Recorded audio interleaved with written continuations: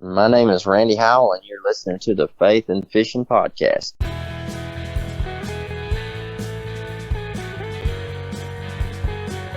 Welcome to the Faith and Fishing Podcast. I'm Cam.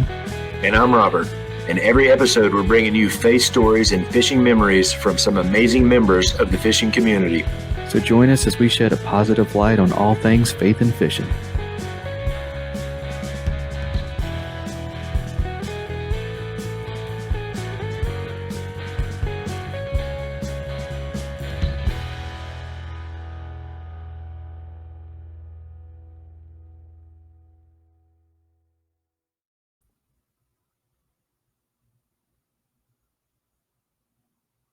You're muted.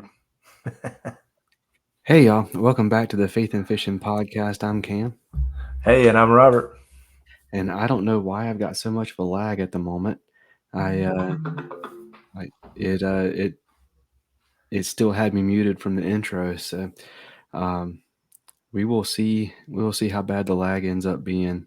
Hopefully there's not too much of a lag in video and audio for me, but yeah, I am back from vacation. Had a very busy 10 days of traveling and everything. My son has started preschool. We are starting to get the hang of bedtime again. Things are starting to slow down. We are getting there. How are things going for you, Robert? Oh, man, doing good. Just clicking along, fishing some. Opening weekend of dove season was this past weekend. Got to knock down a few birds. Just doing the same old. I hear you. Seeing if my wife was still doing pottery and if I needed to go take care of the dogs. But I'm going to pause the recording real quick and see if I can go get them to calm down about whatever it is that they're worked up over. All right. Sorry about that. It sounds like we got fireworks going on. The neighbors' dogs are going crazy. Our dogs are going crazy. So we'll see how it goes. But I don't know who's shooting off fireworks or why. But yeah, this is going to be a great episode. But yeah, Robert, you've been doing any fishing lately? Yeah, I got to go out a couple times. I guess it's been a minute since it's been a couple weeks. So I think the tournament on Cape Fear was after our last podcast. It was, and, yeah. So that was an event for me and my son. I picked a launch that was about 200 yards drag for the kayaks, which really, when I'm only doing myself, it probably would have been fine. But having to help him with his and all of his gear for two, we probably got our boats in like 40 minutes after lines in, and we had been there for a couple hours. So it was a job to get everything unloaded and drug down to where I was launching from. And there ended up being good fish there, but not quite enough for us both to split. But we both ended up doing okay. So I was 10th and Ryder was 11th. So Ryder's my youngest son. And we had a big time. And we had something to do that day. So we didn't get to fish the last hour and a half of it, maybe something like that. So Typical, I don't, yeah, I mean, that's fashion. Yeah. That's the story of my life. So, but we did good and, caught a couple good fish and learned some valuable lessons and did good. And then this past week, I went by our old stomping grounds and I may have caught that same 6.5 pound fish that you caught. I don't know.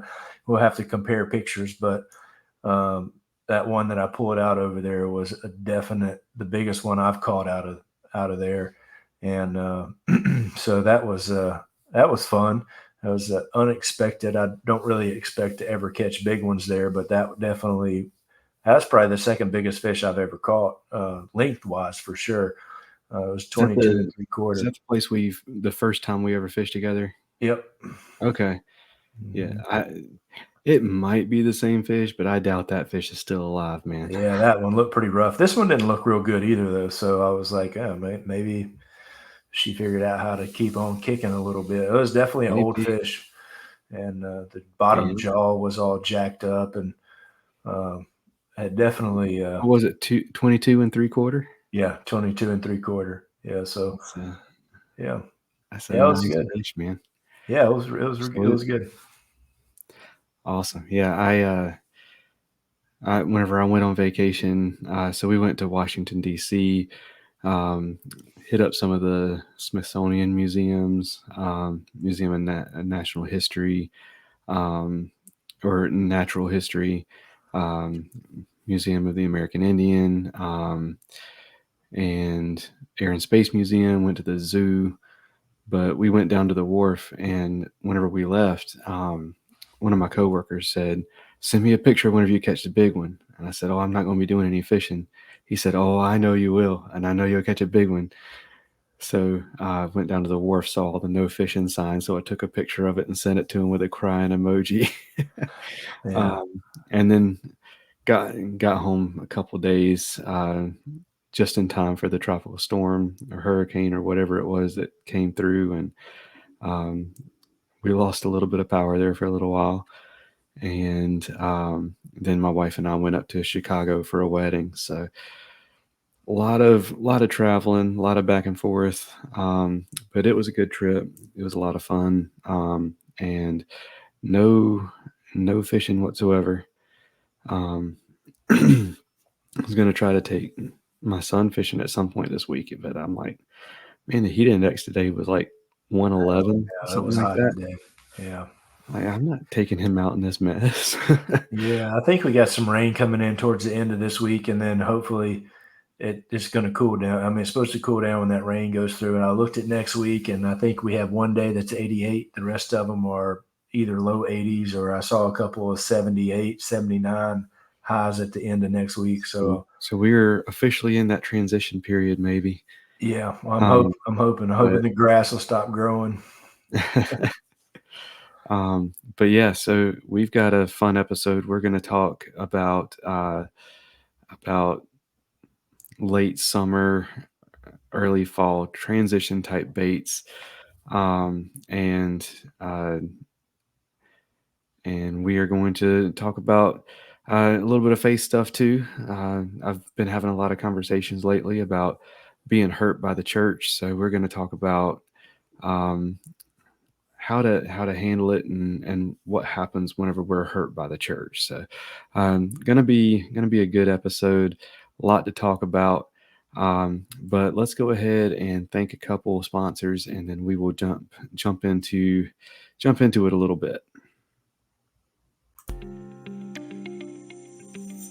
A huge selection and crazy fast shipping is already enough to turn heads as an online tackle shop, but Omnia Fishing sets themselves apart with their ambassador program. With Omnia, you can send in fishing reports for your local lakes that recommend baits, structure, tactics, and gear. And when another angler takes your advice and purchases something from your report, you get credit for it to spend at Omnia.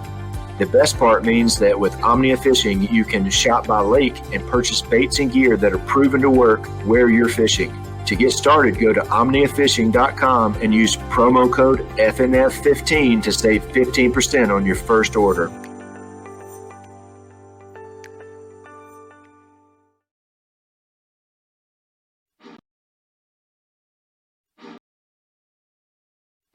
If finesse fishing is your comfort zone, something you want to learn better this year, or just something you like to tie on as a Hail Mary pass, Jade's Jigs has everything you need and more, and it's all eco-friendly and lead-free. With an awesome selection of baits and colors, they've got a variety of techniques covered for you. Finesse jigs, underspins, Nico weights, Ned rigs, and more are all waiting for you at jadesjigs.com. And while you're there, use promo code FNF10 for 10% off your purchase. That's jadesjigs.com and promo code FNF10 for 10% off.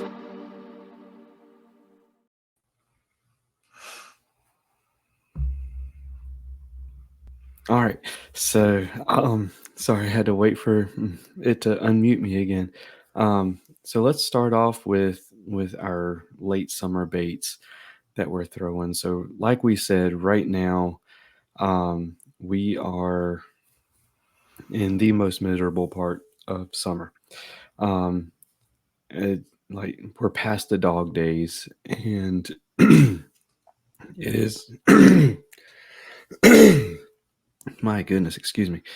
My son had a cold before we went on our vacation, and my wife had it in DC, and I had it in Chicago. So it's Made the rounds. yeah, made the rounds. But yeah, so we are like the last time I went fishing, the water temperature was 93 degrees. Like air temperature 93 is miserable. And so we are going to be talking about the baits that we turn to whenever the water gets miserable, and then it starts to, like, we get in this transition period down here in North Carolina. I mean, where you are, some of this stuff may be completely irrelevant to you, but here in North Carolina, we're at the beginning of hurricane season. We've already gone through one. We've got all kinds of different crazy stuff going on. So, Robert, let's kind of go back and forth. What's That's cool. the first bait you're turning to this time of year? Let's see. Do we want to go in the order of the first one I would throw when I got there, or probably like my top one? You want to go from top to bottom? Let's go. Like, what's your comfort bait? Like Okay. your Right. go-to this time of year. So that's easy. This may not be the first thing I throw, but I'll probably throw it the most, and that is a weightless Texas rig Cinco, because we're we're still in the hot part of the summer. It hasn't, we haven't had one cold spell, so we still have a ton of vegetation, and I find that some of the bass are already moving up, and it may be just ones that stay there year round too.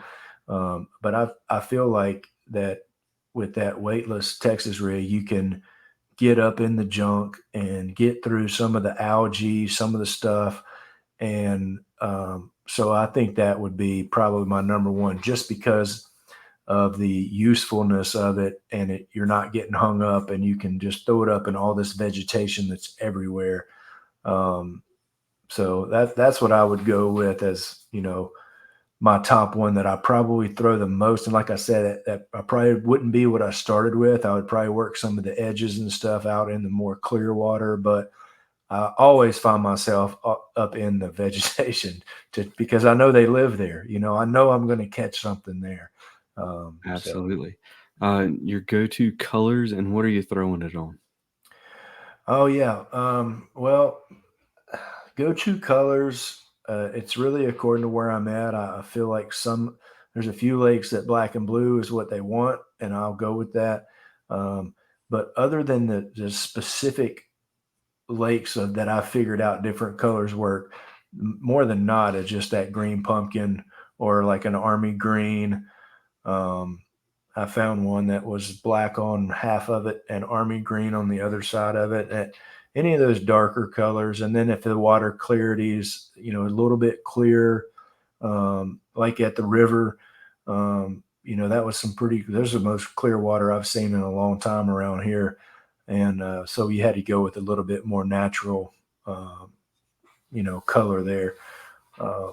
But that's usually what I'm going with. And then a setup on it, I'm usually throwing that on like an 8-pound test, something you don't really get hung up. You don't need something that's heavy. And I'm throwing it on that cash and shaky head rod is what I've been throwing that on. I probably need to, I don't know, maybe try that on that Ned rod that they have too.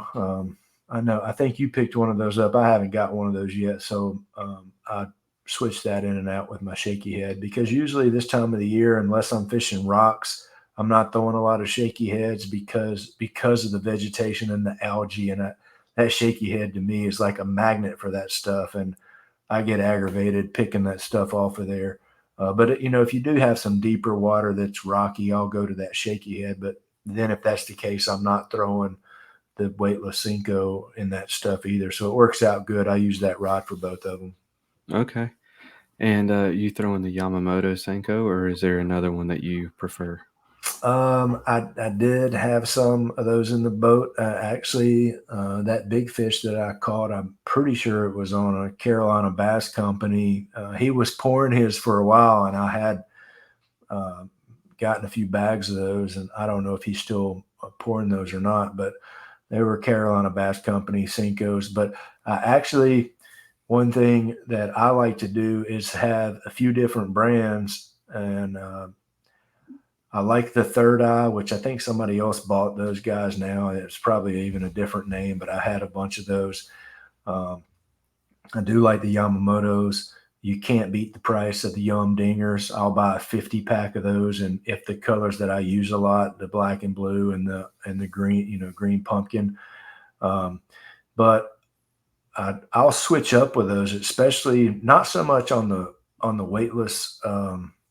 Texas rig, but if I'm throwing a wacky rig on those, I'll switch up because of the fall rate. So different brands I found, the fall rate will change.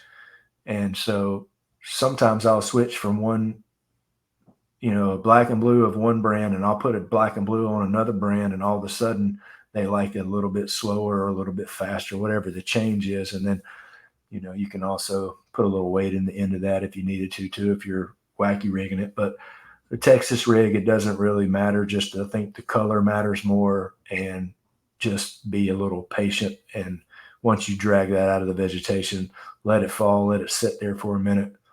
I found if it doesn't get picked up when it comes off the edge of the vegetation and you're sitting down there for maybe 10 seconds or so, and you pop it one time, if you don't get a bite then, I never get a bite other than that 1 foot, 2 foot zone coming out of the vegetation on that. I mean, somebody else might, but the rest of it sitting there is a waste of time. But be patient when it falls and let it sit there.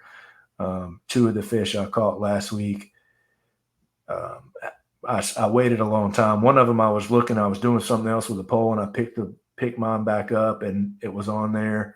And the same thing happened at Harris during a tournament. I caught like that 5-pounder there.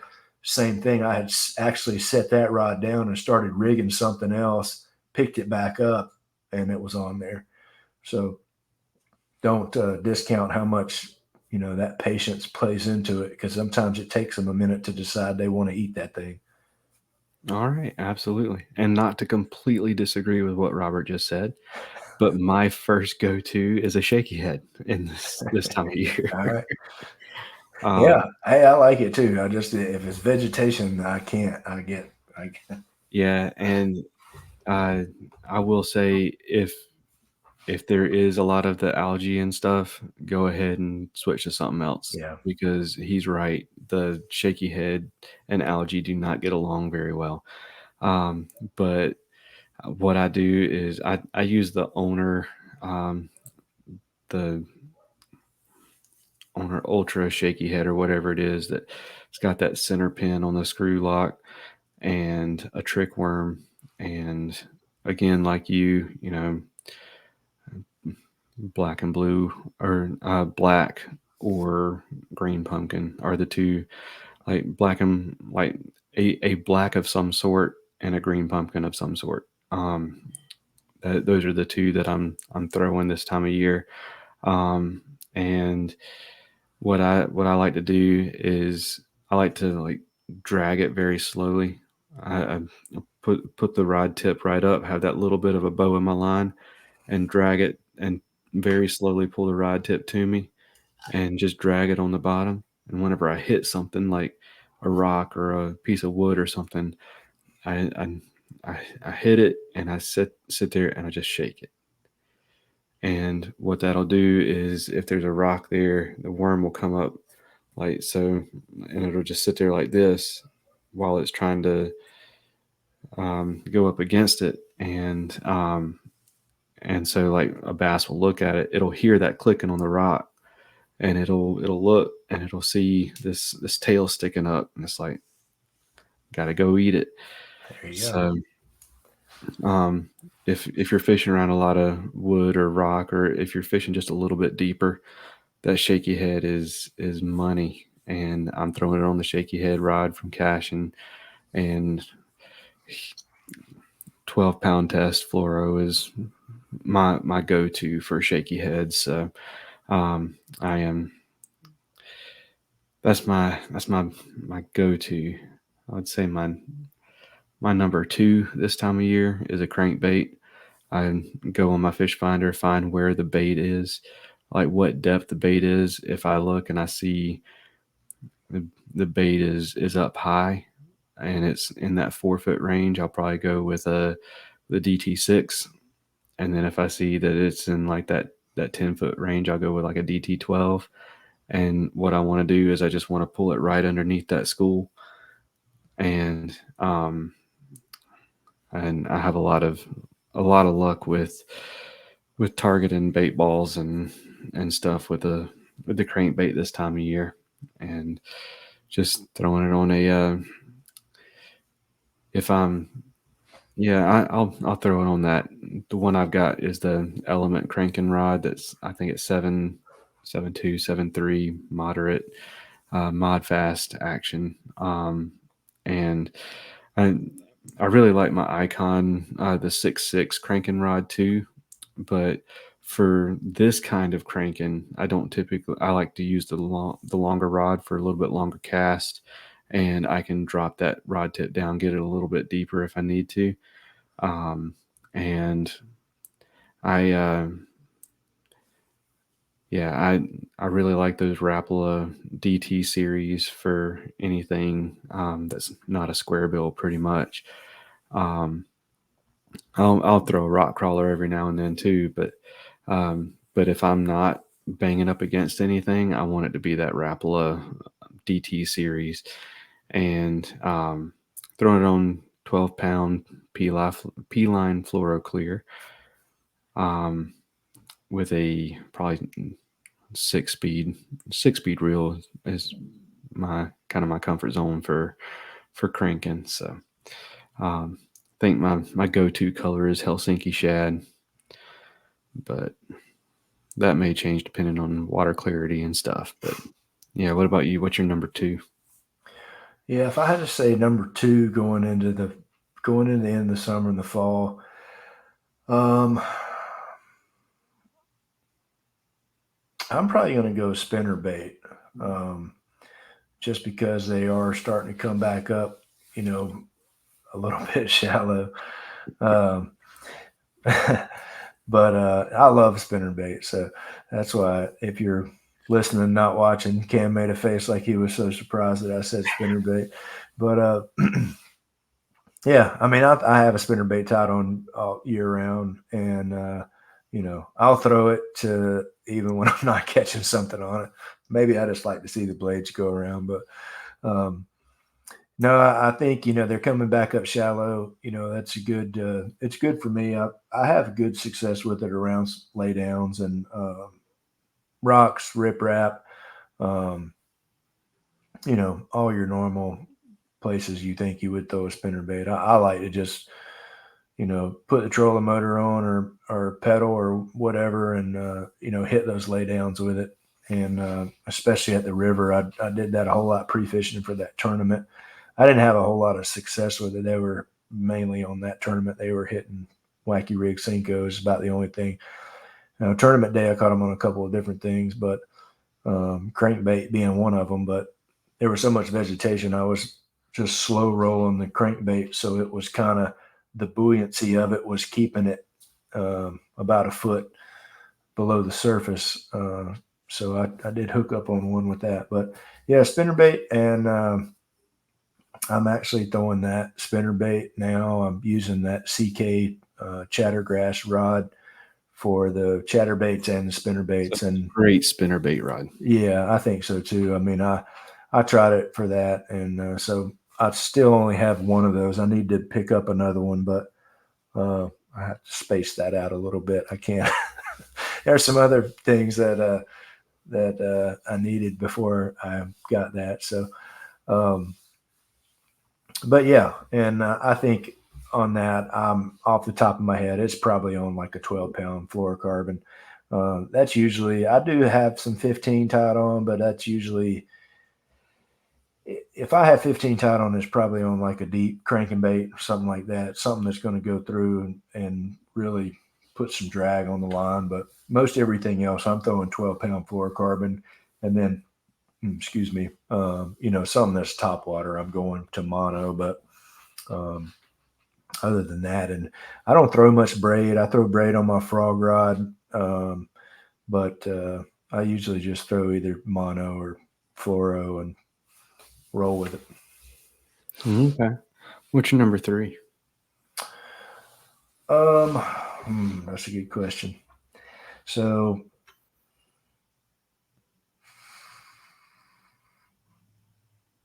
I'm gonna have to probably go with a chatterbait probably, and that to me is similar to the spinnerbait. I'm throwing that in all the same places, but you can rip that through this grassy vegetation that's around, and I like that too on places where you're talking about deep cranking.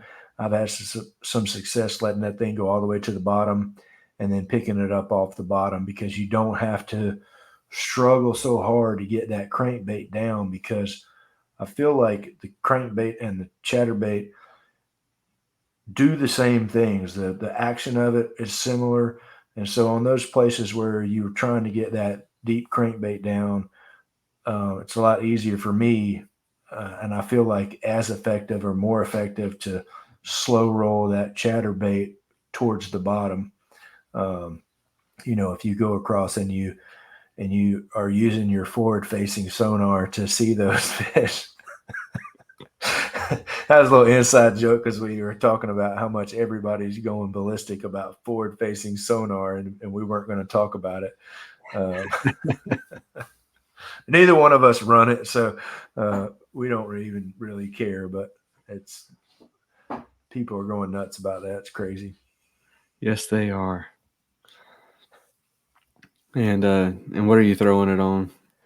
Obviously. Yeah. Chattergrass, the CK chattergrass rod. And again, that I use 12-pound fluoro on that too.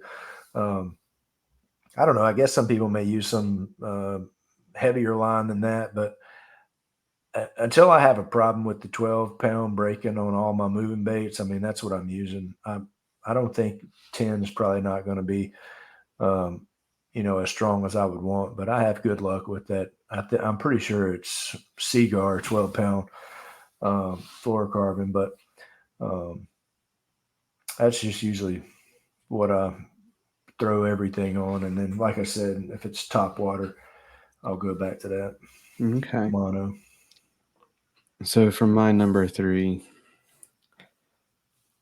it's more of a like time specific bait, but I love throwing a popper this time of year. A Rebel Pop R. I mean, I love being able to get those blow ups on it, and I mean it's just a super effective bait. I throw it, and my style of fishing it is I throw it as close to a piece of cover as I can get it, and I want to keep it there for as many pops as I can, and just give it a bloop, bloop, Yep.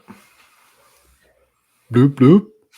Just give it that. I want that calling pop or glug or whatever you want to call it. And I got away from it for a while because I struggled with it in the kayak for a while. But on the bank, man, I absolutely love it, and I've gotten back into it on the kayak too.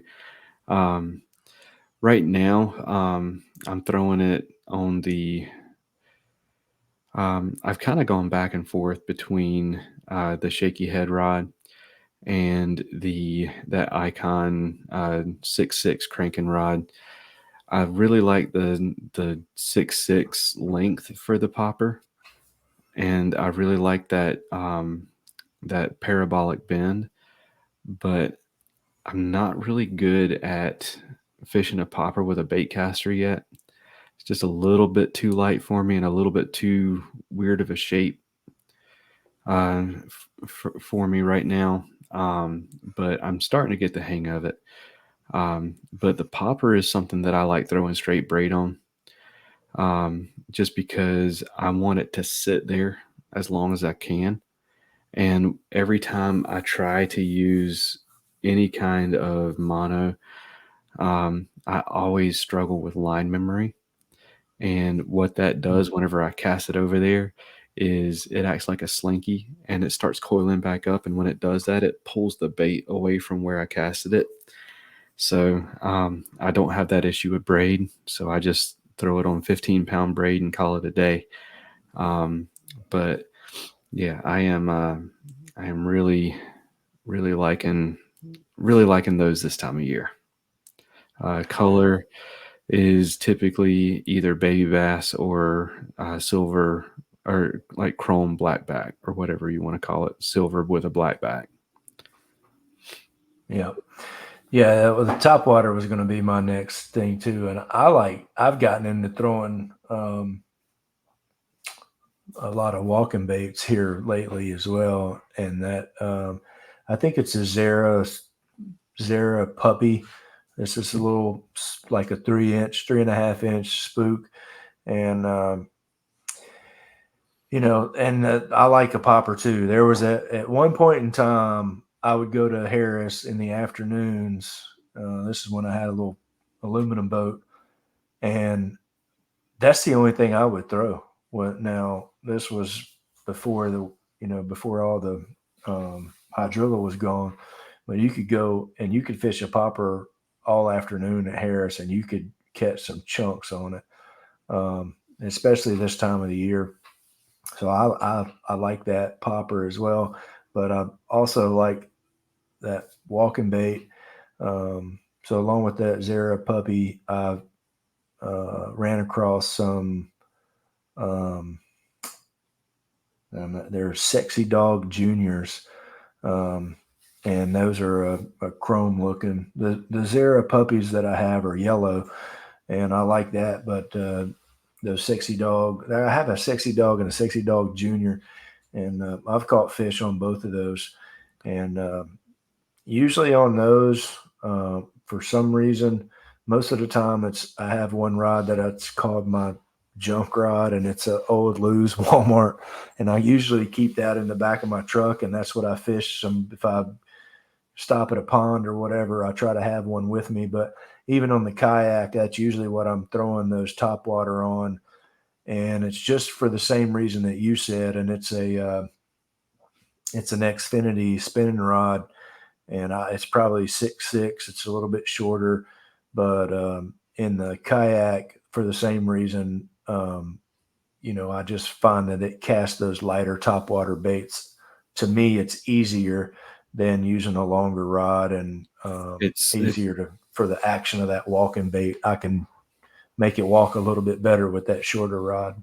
Yeah, and I will sacrifice the 5 feet of casting distance that I lose from going from a 7.2 to a 6.6 to be able to walk that bait better, for sure, and be more accurate, because I'm not bomb casting that anyway most of the time, unless I'm parallel to the bank.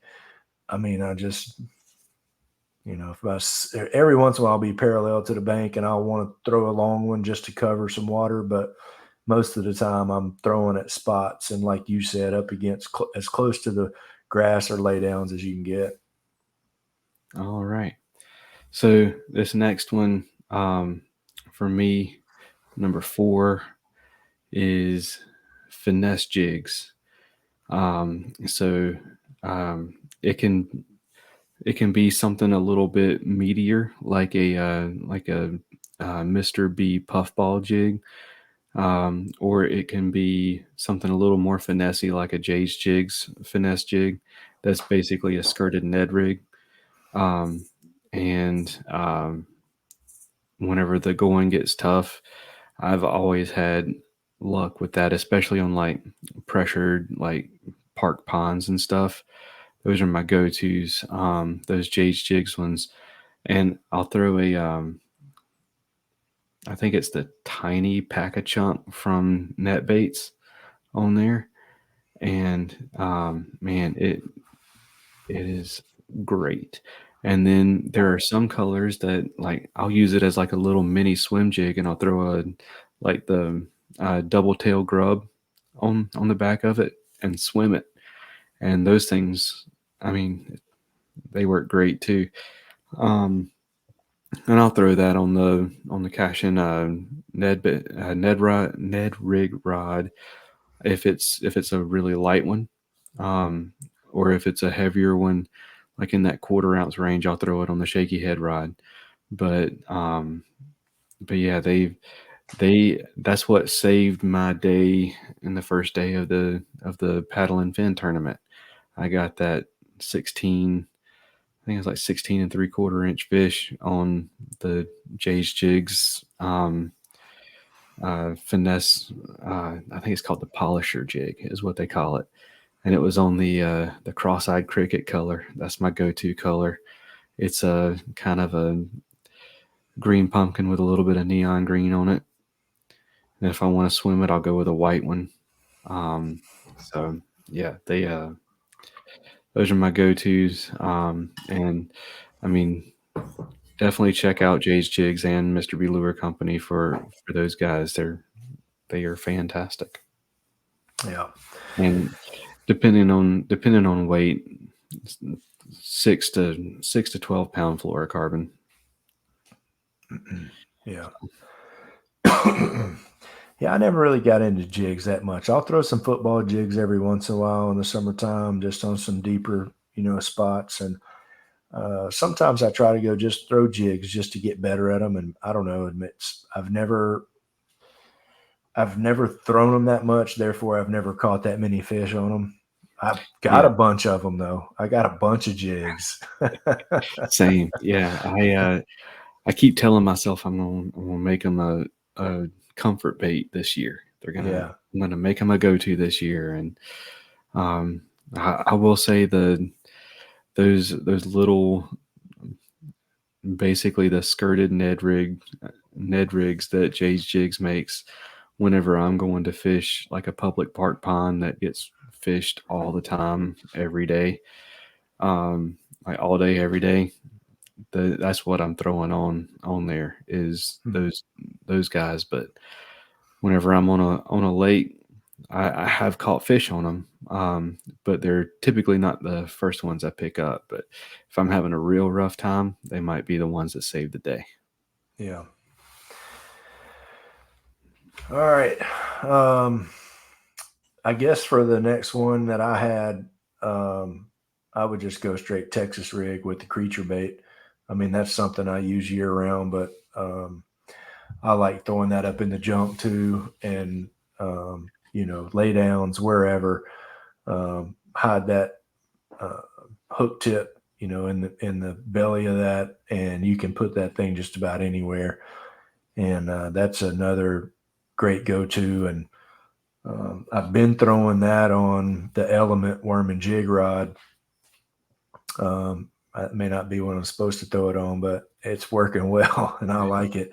I throw my Texas rig creature baits on a worm and jig rod too. That's what I figure it's the same action as the worm. I mean, it's doing the same thing, just a different bait.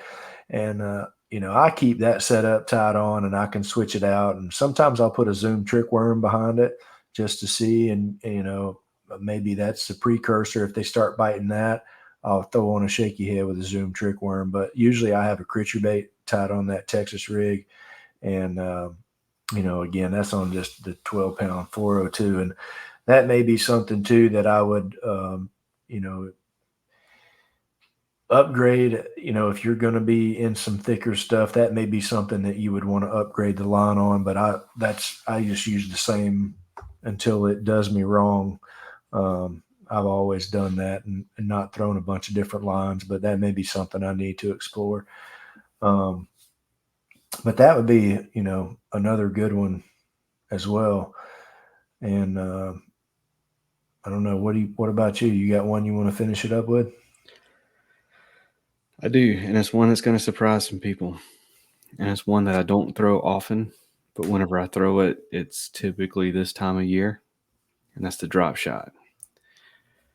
And yeah, it's not my go-to, but it is and I don't fish the drop shot vertically very often. Throw it Yeah. towards something and work my way back, very similar to the same way I will a shaky head. Yeah. And a missile baits, bomb shot, or a robo worm, are two of my go-tos there. I've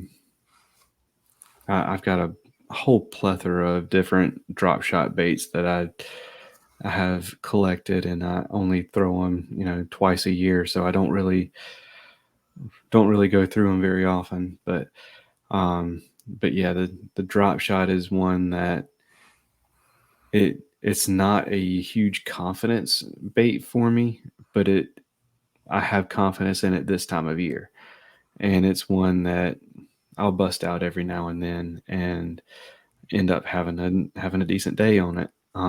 And probably one I should spend more time with, but it's just not my go-to. But pretty much anything green pumpkin, or I do like black and I do like pink. Those are my three colors that I just depending on what I'm looking at. But in terms of the weight, I do like a tungsten weight in that 1/8 ounce range. I'll go all the way up to a quarter sometimes, depending on how deep it is. But most of the time, I'm in that 1/8 ounce range. And I do like a medium light rod, 6-pound test, fluorocarbon, and what hook am I using? I don't know what hook I'm using, to be completely honest with you. I think I'm using a Gamakatsu. That's typically for smaller hooks. That's typically the one I'm going with. And now that they've got the G Finesse hook out, I'm using that for my Texas rigs a lot too. But yeah, I think it's a Gamakatsu hook. So I do like a little bit in that 6'10" to 7 foot range, shorter rod. But yeah, this is the time of year that you'll see me throw in a lot more finesse than any other time of year. I power fish in the wintertime more than I power fish this time of year. Yeah. No, I got you with that. All right, man. Well, let's take a couple more sponsors and let's dive into our next topic. We've got, this might be a longer episode, but I did want to mention before we get off of there, everything that we have talked about, you can go to one of our sponsors and order. So we talked about the Mr. B puffball jig from Mr. B Lure Company. We talked about the Jade's jigs, polisher jigs, and everything else. You can pretty much go to Omnia and grab it. So. Yep. I don't know that there's a single thing we've talked about on here that you cannot get from Omnia, except for the ones from Jay's Jigs and Mr. B. So definitely go check them out, omniafishing.com, and use promo code FNF15 if it's your first order, or not if it's your first order, but you get one chance to use it. So it's a one chance thing, but go use it. And if you're getting some polisher jigs from Jade's Jigs, it's FNF10, I think. So that's you right. Got FNF15, FNF10, and then from Mr. B Lure Company, it's also a one-time use, but it's Faith and Fishing Pod 1X10. And that one will get you 10% off too. So go stock up and grab some stuff. But yeah, let's go ahead and get ready to jump into this next topic here. Mr. B Lure Company is making high-quality handcrafted lures and has been for 30 years right here in the U.S. Using all-metal components, owner and gamakatsu hooks, and silicone or frog hair skirts, Mr. B is pumping out some awesome spinner baits, jigs, buzz baits, underspins, and more, including some of the most unique bladed jigs on the market. To fill up your tackle box, go to MrBLureCompany.com, that's MRBLureCompany.com, and use promo code faithnfishnpod1x10 at checkout to save 10% on your first order. That's faith the letter N, fish the letter N, POD, so Faith and Fishing Pod, just like our Instagram handle, 1x10.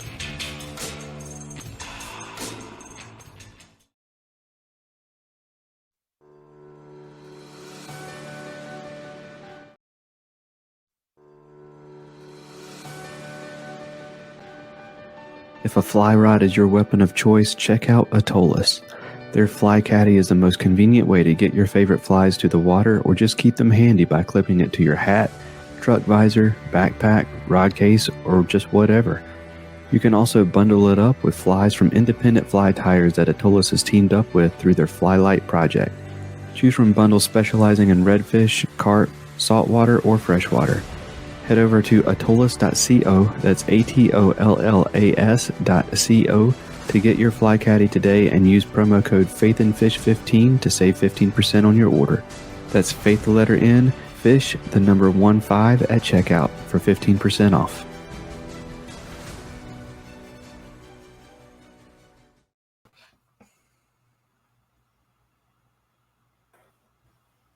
All right, so this is a topic that has come up a lot in my life recently with a bunch of different people, and it's being hurt by church.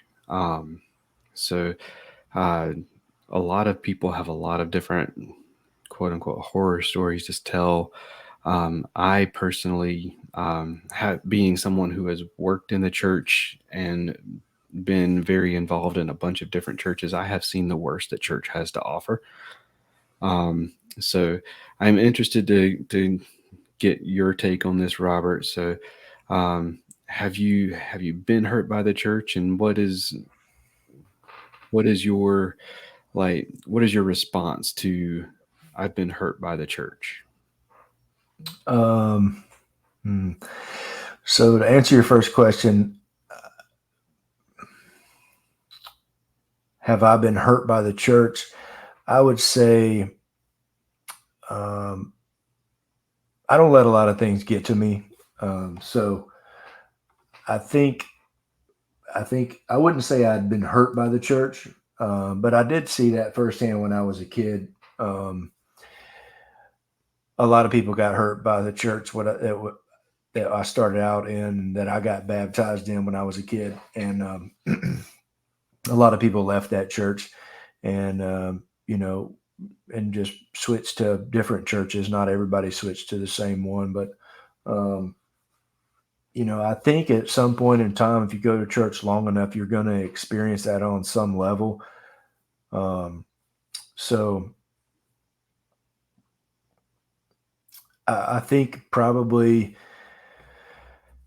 one of the things that people maybe don't put enough weight on is to keep searching until you find the right church to begin with. If you move or you go through different times in your life where, as a kid, if you grow up and your family are Christians, then a lot of times you're going to go to church and you don't have a choice. So you're going to church for all that amount. You move out and you go to college. A lot of people drop off the face of the earth as far as church goes. You don't see a lot of young adults attending. And then once you start having kids, you get drawn back to the church because you want to bring your kids up in the church. And so all these different times you're maybe starting a church or you're leaving a church for different reasons. If you're moving, going to college, or you're moving with your job. And so I think the initial part of finding the right church that you fit into, and not trying to force something because maybe it's convenient, or maybe you have your neighbor goes there or your friend goes there or whatever. I think that's one reason that helps. Not to say you can find the right church and still be hurt, but I do think that that's a big key of it. If you fit well in the church and you find a good spot, then I think maybe you're a little less likely to be hurt, and then maybe you're a little more likely to be able to fix that, and before it becomes hurt, or even after it is hurt, you're able to repair that and not have to, leave and go. You're so hurt that you have to leave, and we'll probably talk about a few of those things as well. Yeah, for sure. I think one important kind of thing to mention is there's a difference between the church and a church. And maybe you weren't necessarily in a church whenever you got hurt by the church. But like I said, I've seen the worst that churches have to offer. I've seen a church tell the pastor that took me under his wing and took me to ministry seminars, and really kind of did his best to teach me what ministry was. And whenever I felt the calling for youth ministry, he was there for me and kind of really, like I said, took me under his wing and did a lot of stuff with me to kind of learn the ropes. He was told that his ministry wasn't doing anything and he needed to leave. I got cussed out by a deacon one time because there were black kids in the youth group. I've seen a church split. I have watched a business meeting where the church was very split down the middle and was ready to kick people out over a painting.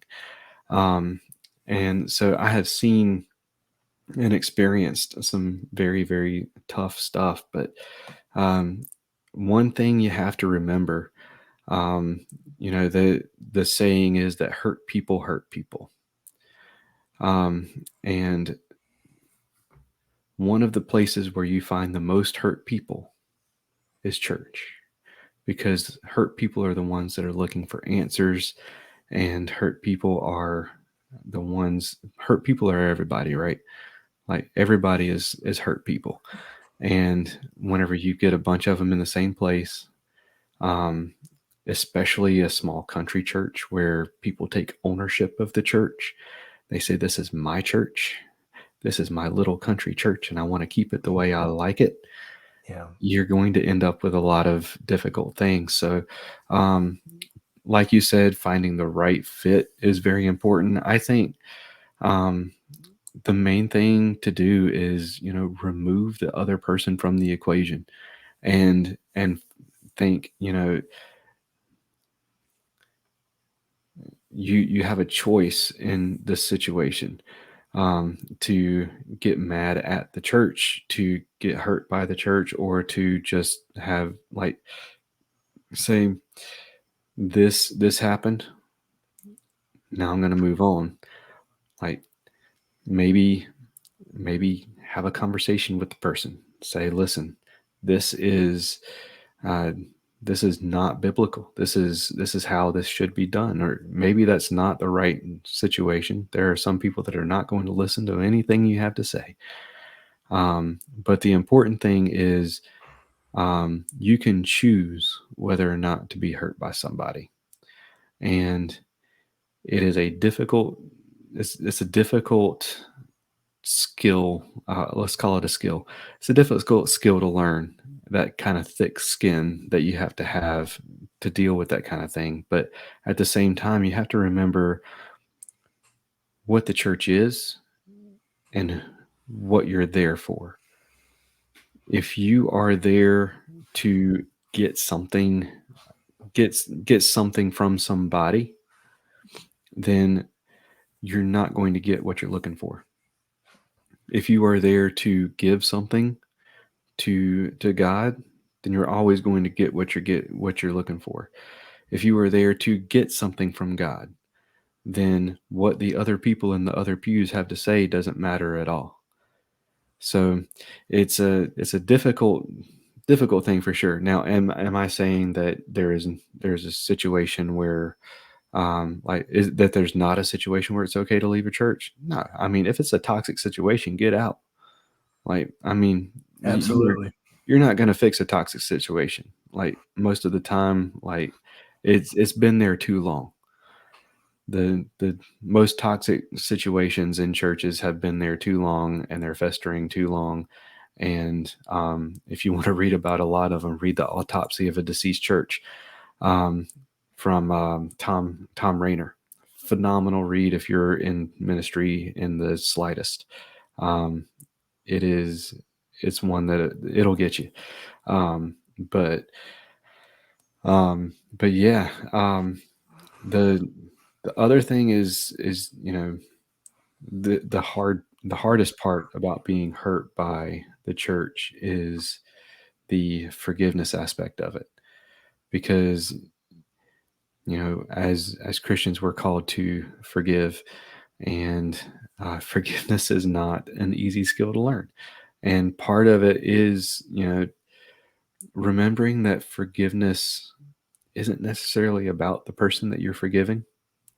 Forgiveness is more to set you free from the grudge that you're holding than it can be very freeing for the person also, because they may be carrying guilt for whatever it is that they did to hurt you. So it can absolutely be freeing for them as well. But it's really so freeing for you.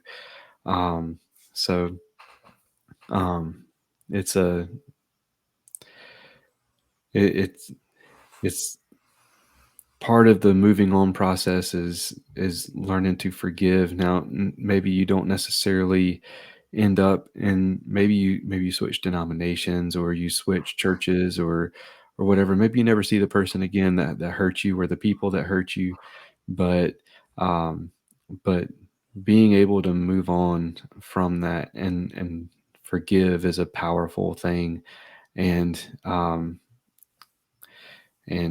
yeah, it's hard to go back to church once you've put the blame of the hurt on the church. But whenever you find the right church, going back to Robert's point, and you have that sense of belonging and that fit, there's just something about fitting into a particular role or into a particular place that just is special. So I definitely encourage you, and this is coming from someone who it's been a while since I've been to church, in the more physical sense of the word, the brick and mortar church. It's been a long time since I've done that, but a lot of that is due to other circumstances that I keep using as excuses. But I am definitely going to be trying some more churches soon. We feel Henry is getting to that age where it's time to start trying again and everything. So looking forward to that. But yeah, the main takeaways from my point is, it's easy to get hurt by church if you're making church about you. And it is, it's very important to forgive once you've been hurt by somebody, whether that be within the church or not. And keep in mind that these are hurt people, and hurt people hurt people. So it can be hard, because this can be something that really affects people that you love, or it can really affect a ministry or something like that. And yeah, it can it can ruin livelihoods and all that stuff. But at the end of the day, remember what it is that you're going to church for, and who it is that you're going to church for, and what it is that you're trying to get out of church. And I think that is going to be a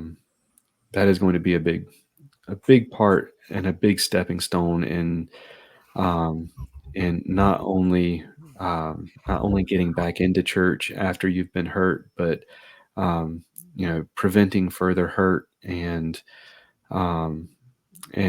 moving on in that forgiveness process. Yeah, I think that's all great points, and I definitely agree with you that the forgiveness piece of it is the hardest.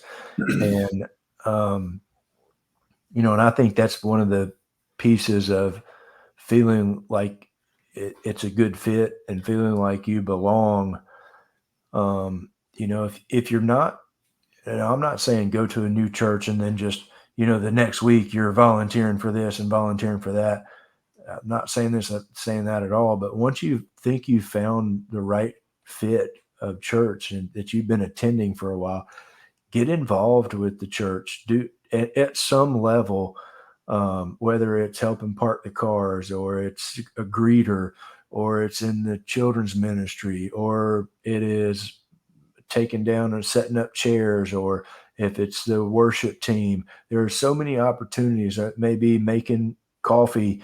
There's so many opportunities at church to volunteer and be a part of the church, not just attend the church. And I feel like for me, and I have a vested interest in what's going on because I'm a little cog in that wheel that keeps everything turning.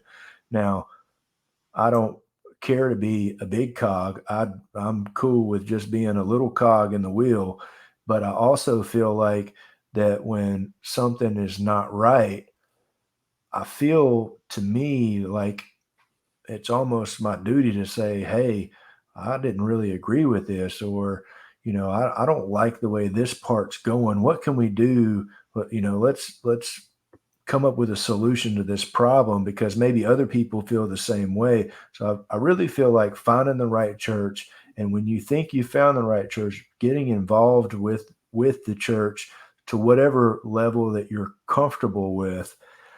Also, that really gives me footing for when I feel like something's not going the way that I want it to, or maybe it's an individual who has hurt me.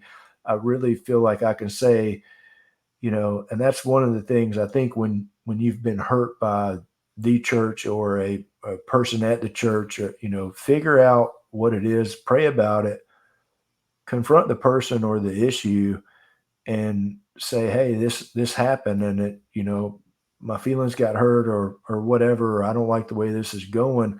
Because if you don't tell somebody or tell that person, they may not know what they're doing is hurting you. So if you confront that person, like, oh, I didn't even realize I was doing that, I'm so sorry, I'll make sure to pay more attention to whatever issue that is. It's most of the time that will solve it. And if you get different responses, then you have to, choose your path on which way you go. And then after you've confronted them, and then, once you give them that forgiveness, when you get up every day, the thing about forgiveness is you can forgive somebody on Monday, and then when you wake up on Tuesday, sometimes I find myself going back to be like, well, I forgave that person, but that still pisses me off. Well, you know what? You really didn't forgive that person yet. If you wake up on Tuesday and you kind of feel the same way you did before you forgave them, you haven't forgave them yet. So I try to wake up every morning, and if I still am thinking like that, I'll forgive them that day too. And you keep forgiving them until it sticks with you and you've actually crossed that barrier to forgive. I'll say this: there's a difference between forgiving and letting go. Yeah. And forgiveness does not necessarily take the hurt away. forgiving doesn't necessarily mean forgetting. But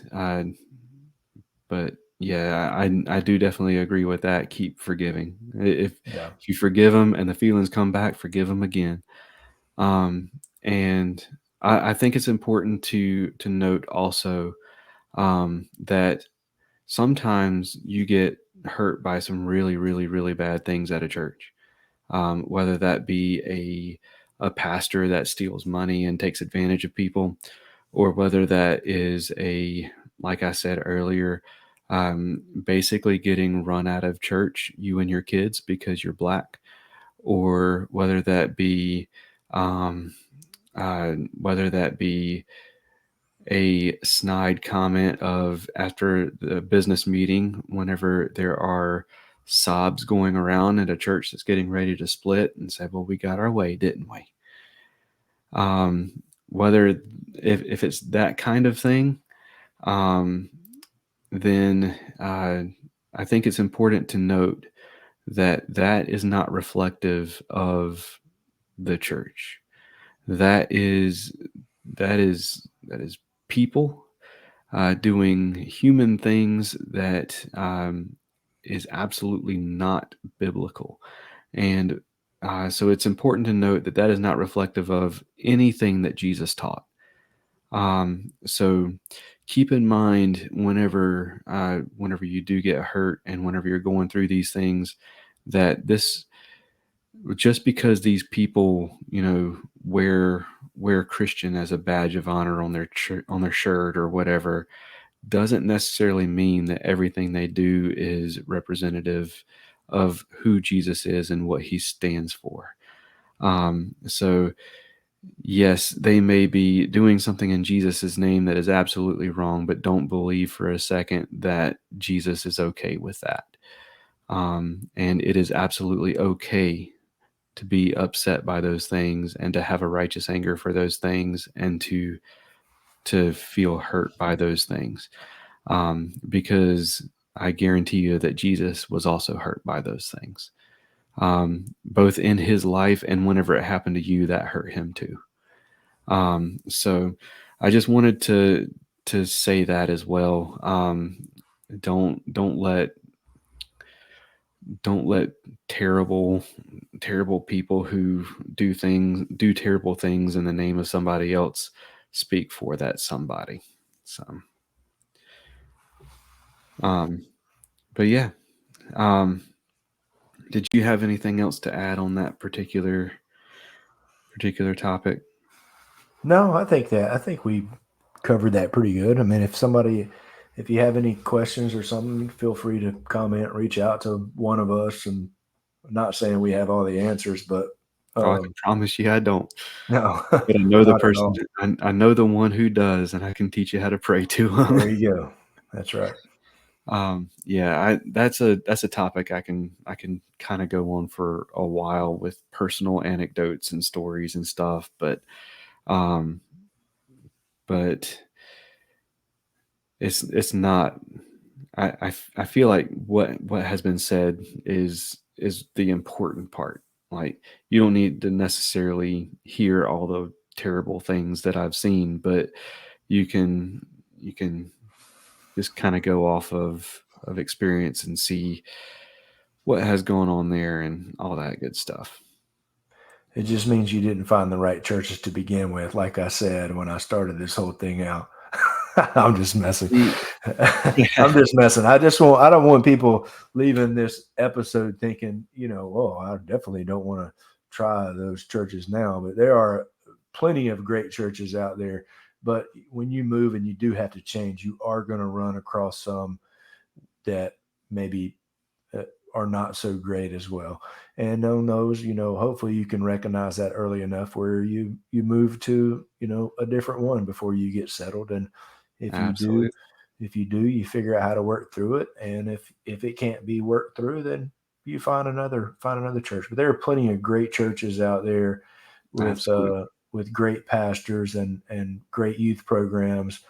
And great people. Yeah, exactly.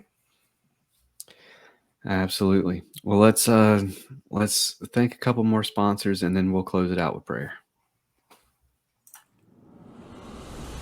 Get Outdoors Pedal and Paddle is one of the largest canoe, kayak, and cycling retailers in the Southeast, with a huge selection of kayaks, canoes, bikes, and all the accessories needed to experience paddling and cycling comfortably and safely. Get Outdoors helps to expand and educate the paddling community through their free demos held on local lakes in the Greensboro, North Carolina area, and through in-store clinics and on-the-water courses and demos. And we'll even get your new boat rigged up for kayak fishing for you. Stop by the shop in Greensboro, North Carolina, or check out shopgetoutdoors.com to be wowed by their selection.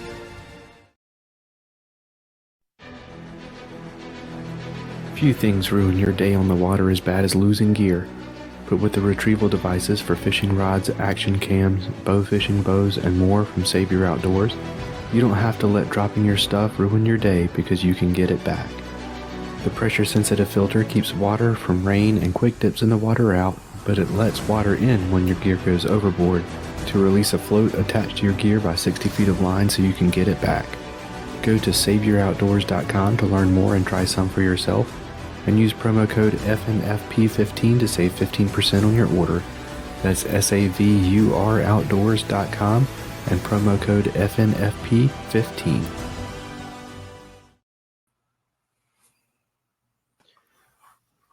All right, Robert, you want to close us out this time, man? Yeah, sure thing. Dear Lord in heaven, thank you for this day. Thank you for allowing Cam and I to talk about fishing and talk about the church. And hopefully we have helped somebody who's listening and help them learn how to maybe deal with some problems that they've had. Please watch over us this week. Please watch over everybody out on the water. Let them fish safely and make it back to their families. And forgive us of our sins. In Jesus Christ's name we pray. Amen. Amen. Go ahead and sign us out, brother. Yeah, man. We'll see you guys next week. I'm Robert. And I'm Cam. Take care.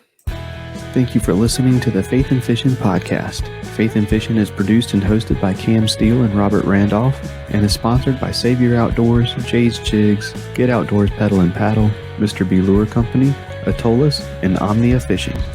Don't forget to join the Facebook community, follow us on Instagram, and subscribe, rate, and review us on whatever app you're listening on. That's going to do it for this episode. Y'all take care, and God bless.